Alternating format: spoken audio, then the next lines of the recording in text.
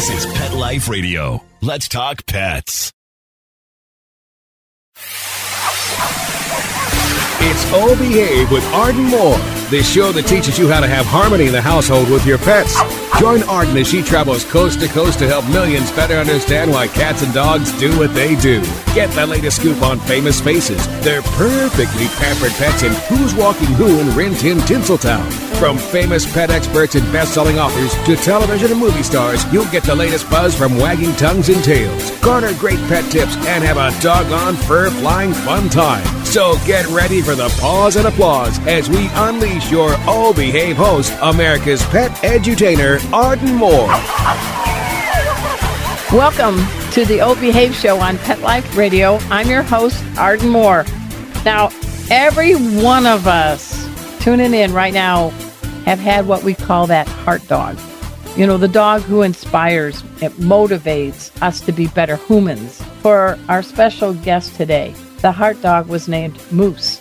Although his life was cut short by cancer, his legacy and purpose lives on. Please welcome to our show the founder of a nonprofit group. It's called Moose's March, the incredible Tricia Montgomery. Welcome to our show, Tricia. Oh, Arden, thank you for having me. And yes, Moose was my heart dog. Well, folks, her name is familiar because she is a top dog in the pet industry. She's been involved in a lot of different missions and campaigns and purposes. And this one's a big one. This one, she's on a mission to help us do things to maybe prevent, maybe detect early, the big C, cancer. So tell us a little bit about Moose's March, Tricia. Sure. First of all, Arden, an honor and a pleasure to be with you today. Thank you so much. Moose's March is named after my dog, Moose, who passed away of stage 4 lymphoma. Moose was my heart dog. I adopted him from Paws Humane Society before the pandemic when I was CEO for Paws. And he really, he was beside me. He was my glue. He was that dog. And I had come home from an event in Talladega. I thought about 3 days, came home and wrapped my arms around him and was snuggling him. And I thought, oh my goodness. Oh no. And he had 4 nodes underneath his neck. And as I began to pat him down, like we as humans do, and we do with our own dogs too, he had 3 more nodes, and they were large. That was fast. Yeah, they were fast. And my dog center, Kennedy, had said to me, "Hey, he's kind of feeling a little. He's not playing as much. He's kind of laying around. He misses you." And that's what she thought it was. But she did note that for me, Arden, and I think that's kind of what keyed me in. And then all of a sudden the nodes, and then I knew what they were. And he was gone within like 2.5, 3 weeks. He was gone. And yeah, out of my grief. And I will tell you, from my grief, I've never had a grief like that before in my life, ever. I think everything that had happened recently, whether it was my father had passed away, my mom had passed away the year before, and then Moose passed away, and just loss. And I have never experienced a grief like that before in my life. And luckily, I was able to talk to people and really pick myself up off the floor. And when I say off the floor, I mean literally off the floor. And I thought we can do something. And I'm going to give a shout out to my beautiful sister, Cheryl, for helping come up with Moose's March. But we came up with Moose's March first as a program last year.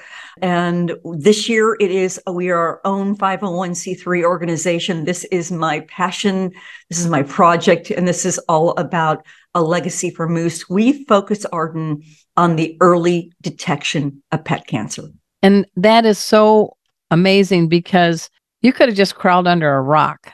And, I know I can sense that this is extremely hard, but you're putting forefront. What can I do with the legacy of Moose, maybe to help somebody else, right? And that's kind of the best way to be a human. It was, and it was hard. It was really hard. There were I will go back to this because I think for your audience, we don't talk about cancer enough. Maybe we don't talk about grief enough, but I was on the floor and I didn't want to go on. I mean, I've never, and I've had you know me, I've had lots of dogs before, and I've never had a pain like that before.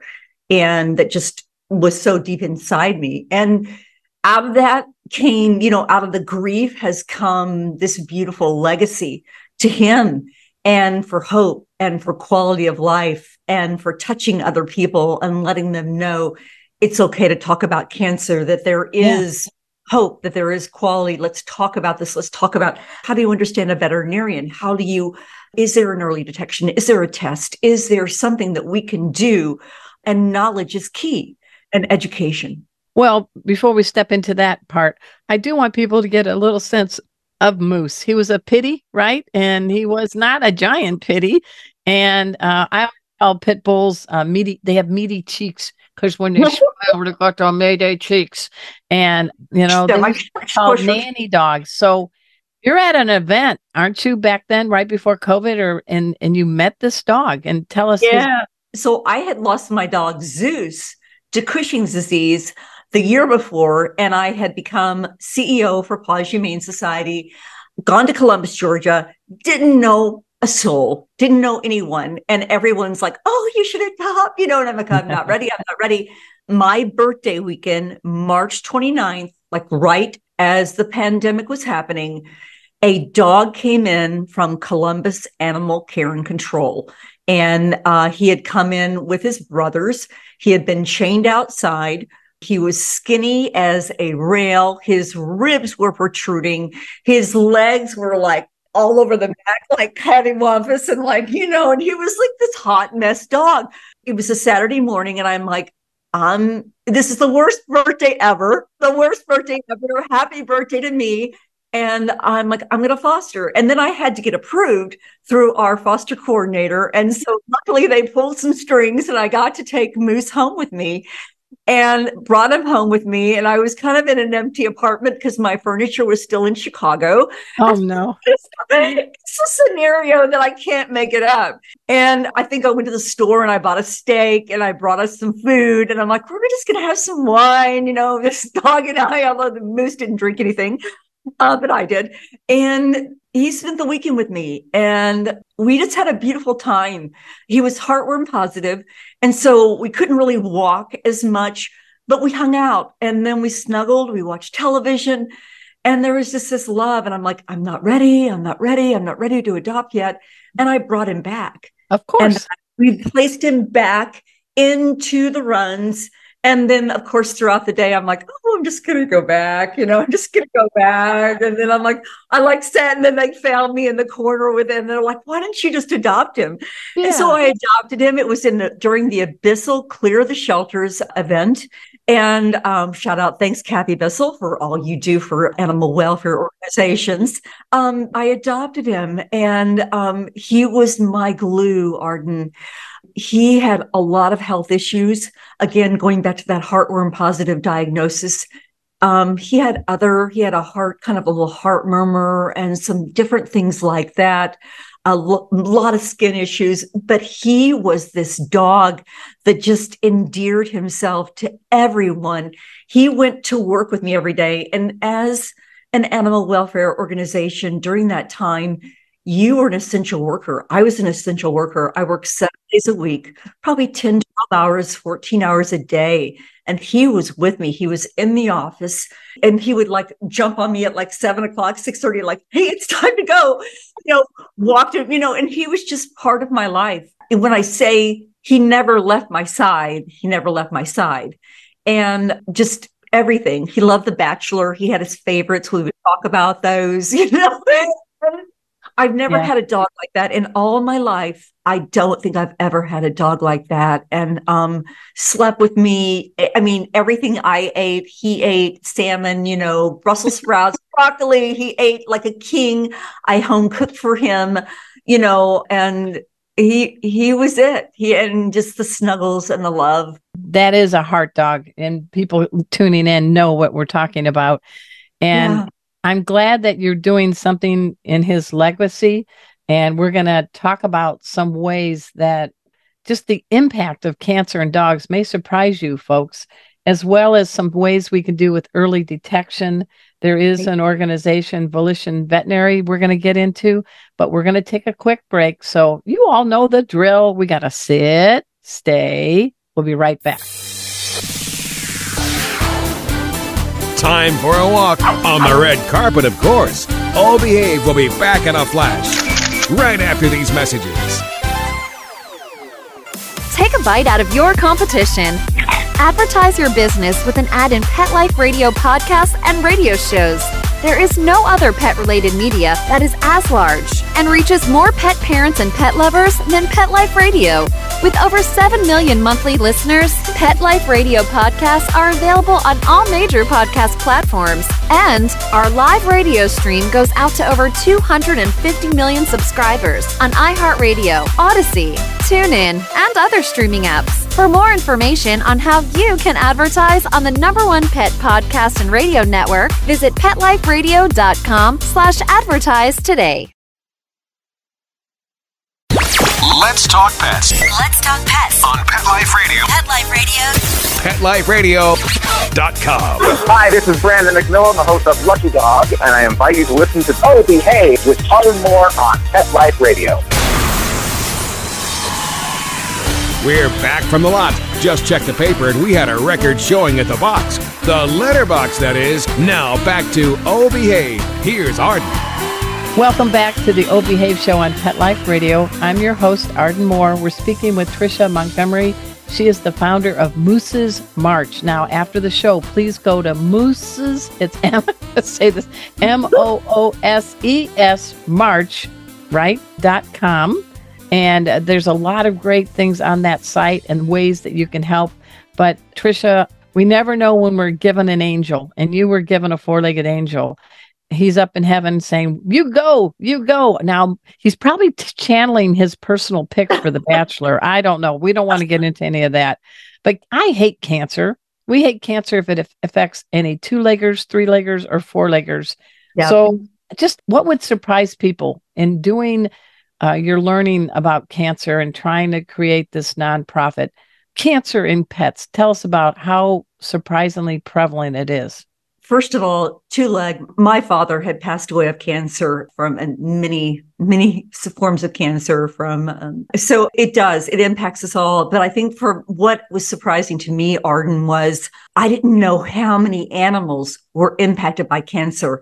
6 million, I think. And if you look at the numbers, 54% of senior dogs, 8+ have that chances increase up to 54% more. Wow.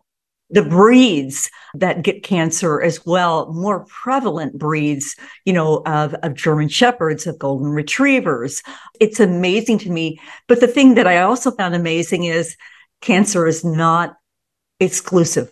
It's very inclusive, whether it's hemangiosarcoma or if it's Moose passed away of stage 4 lymphoma, breast cancer, all these different things and the different cancers. I had no idea. And then I think as I got more into my knowledge and understanding more about cancer, that how important early detection is. Because if you catch it soon enough, the two words that we talk about are hope and quality of life. Right. Now, it's my understanding in dogs that there are 3 most common types of cancer. Do you remember those? Or I can tee you off if you need it. No.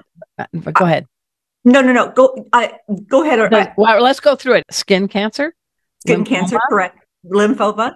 And breast cancer. So I guess I was surprised in research that skin cancer is the most common found in dogs. Were you surprised by that? I was very surprised by that. I certainly was, because when you think about skin cancer, you don't think about its prevalence within an animal. You think about it more for a human as opposed to an animal, because how can an animal, he's got covered in fur. Yeah. How can that happen? So yes, absolutely. Another cancer that's very prevalent, and it's coming more. And then I think we also need to think about why are we just learning and finding out more about cancer, or is there something that's within the environment, perhaps. Is there a toxicity? Is it within our food? Is it within the toys? Right. What is causing this cancer, and how do we deflect that? What do we do about that? One thing that I'm finding out more about, and I don't know if it's the timing, but I'm finding out more about hemangiosarcoma that I had no idea about. And I just had a friend, Rhonda Siegel, her dog Riken just passed away, hemangiosarcoma. You know, Steve Dale, his dog Ethel passed away. And there's so many, and that's a sudden cancer as well, that one day they're fine. And then it's really just a tumor, a bleed out that's just devastating. So with this, your organization is all about trying to educate us about early detection and prevention. So how does Volition Veterinary play a role in all this? And can you give us some tips on what we can do? I teach pet first aid. I teach everybody in my classes, Zoom and in person, how to do a head to tail assessment. And I do it on my dog, Kona. And we're doing this once a week because we're trying to catch any changes early and report it to our vet. So Kona is my good safety dog, and she gets head to tail. We're smelling her breath, looking at her ears, feeling. So it sounds like that's something we need to do just on a regular basis. But absolutely. I'm spitting aloud at you, Tricia. Who the hell is Volition Veterinary? How are they working with Moose's March? So Volition Veterinary is one of our amazing partners and sponsors. They are all about early detection of pet cancer. And what that means is right now it is for canines only. They are introducing a white paper that's coming out next year on felines. It is a new NUQ testing, and people can go to volitionveterinary.com and find out more information. But it is an actual blood test that you can include within your pet's regular checkup. And it does the markers for pet cancer. I'm not a veterinarian, so I do not want to go into the specifics of that, but there are specific markers that can detect early detection, that can detect cancer. So you're saying, like, we recommend everyone to get an annual exam with our dogs, and ideally twice a year if they're seniors. Little Emma, my dog, she's 4. She goes in Thursday for her annual exam. So when there is a blood test, what can we do to educate our veterinarians about maybe doing some more parts of it to get those maybe markers that could indicate cancer? Sure. I think that right now I know they're working with IDEXX and other manufacturers as well, but it is available through your veterinary office. You would need to ask for it and say that you do want an early detection test, the new Q test from Volition Veterinary. How we are working at Moose's March, we are working with shelters across the country, and we're providing tests specifically for shelters to provide for people that do not maybe have the resources. What is so important to me that I think that Moose gave to me, as well as working at Paws Humane Society, it was in an underserved area. It was not in northern shelters. Obviously, we had Pitbulls, and it wasn't the most highest level of income areas. What I believe Moose really taught me is that everyone is deserving of an animal, no matter what you look like, no matter your race, no matter your income level, because our pets give so much to us. What we want to do at Moose's March is to make sure that this test is available and accessible for everyone, no matter what your income level is. We want to make sure that we're able to provide that to them. So again, we're working with shelters across the country. In 2024, we will be having a grant that goes out to select shelters as well to help them out. Thank you. I'm excited to help out with testing and also with specific cases of people who may not be able to afford care for their pets for cancer. The board that we have right now, Dr. Thomas Butera, CEO of Volition Veterinary, Kristen Werman of Zoetis Base Paws, Becky Mosser, Appalachian State College. She's the coordinator, NAVTA, RVT. She is MPA. She's just my heart. Dr. Rayanne Van Pelt, she was one of my veterinarians from Chicago Veterinary Medical Association. She was with Family Pet Animal Hospital. Now she works with an organization called Cooperative Care Coalition. And then David Levy, who's with Pet Product Innovations and just an icon within the pet industry and more. And You have assembled a pet posse to take on cancer. That's pretty amazing. And I know earlier in November, because this show was airing in December, you actually did a webinar, Let's Talk About Pet Cancer. And I have a feeling that's not the last. I think you're right about that. We had an overwhelming response to it, Arden, and people want to know more. The questions that we've gotten, the people that want to know more in specifics about early detection. Part of that webinar was we had someone on from the Association of Pet Loss and Bereavement, Colin Rowland, and as the executive director, and Nina Papazian. Phenomenal group. And we don't talk about grief enough and how we deal with that. We also had Dr. David Stansfield from Cooperative Care. And what Cooperative Care Coalition does is it bridges the gap between the practitioner and the client. How do you talk? What do you do? What do I say? What if I, all these things that we feel uncomfortable with. So we were able to really talk about that. And there is more coming up for Moose's March in 2024 for the anniversary of his birthday and as of his passing. We are hosting marches across the country, and people can get involved. They can go to our website and see more information on that. But it is about giving back. We're a 501c3. All of that donations, full transparency, goes to help people and pets and shelters across the country, helping to fight early detection of pet cancer and giving hope. And go ahead and give that website again for people. That is moosesmarch.com. That's MOOSES March, MARCH.com, moosesmarch.com. So what can we do? We talk about early detection. So from your perspective, what are a few tips you can give pet parents for kind of keeping their eyes open? Arden, I think what you're doing right now on your podcast and with your first aid courses is teaching people how to do that well check, how important that is. I also think regular veterinary checkups are incredibly important. That relationship that you establish with your veterinarian is so important. As your pet gets older, and you're talking, 6, 7, 8 years old, make sure that you get your dog tested for early detection. Make sure that he is detected for pet cancer. If you have a breed that is prone to pet cancer, get them detected early. Include an early detection test as part of your normal testing that you get with your veterinarian. I think that is so vital right now.